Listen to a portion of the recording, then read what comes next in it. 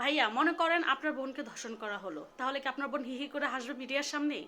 আর যারা যারা কমেন্ট করতেছেন যে উনি নাকি সহজ সরল, শুনেন, যারা সহজ সরল তারা সবার আগে কান্না করে ভাসায় দেয়, মানে তারা মুখ দেখাইতে পারে না। সহজ সরলটা মান সম্মান নিয়ে খুবই ভয় পায়।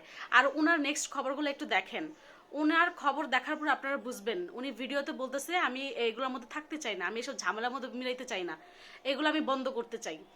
ওনার রিয়াকশন দেখে মনে হয় নাই উনি কোনো ভয়ে আছে বা কোনো কিছুতে আছে। শুনেন, আসলে আমরা চোখে যেটা দেখি সেটাই বিশ্বাস করি, কিন্তু চোখের আড়ালে যে অন্য কিছু হয় সেটা আমরা কখনোই বিশ্বাস করি না।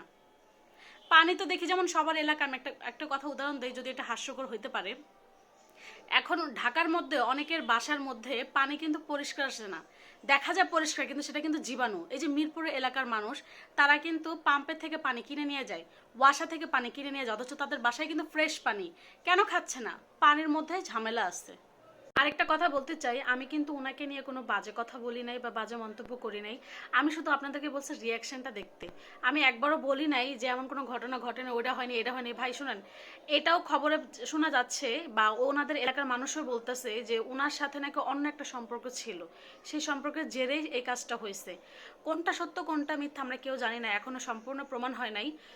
তবে ওনার ভাবভঙ্গি, ওনার রিয়াকশন, কথাবার্তা দেখে মনে হচ্ছে ওনাদের আগে কোন একটা কিছু ছিল।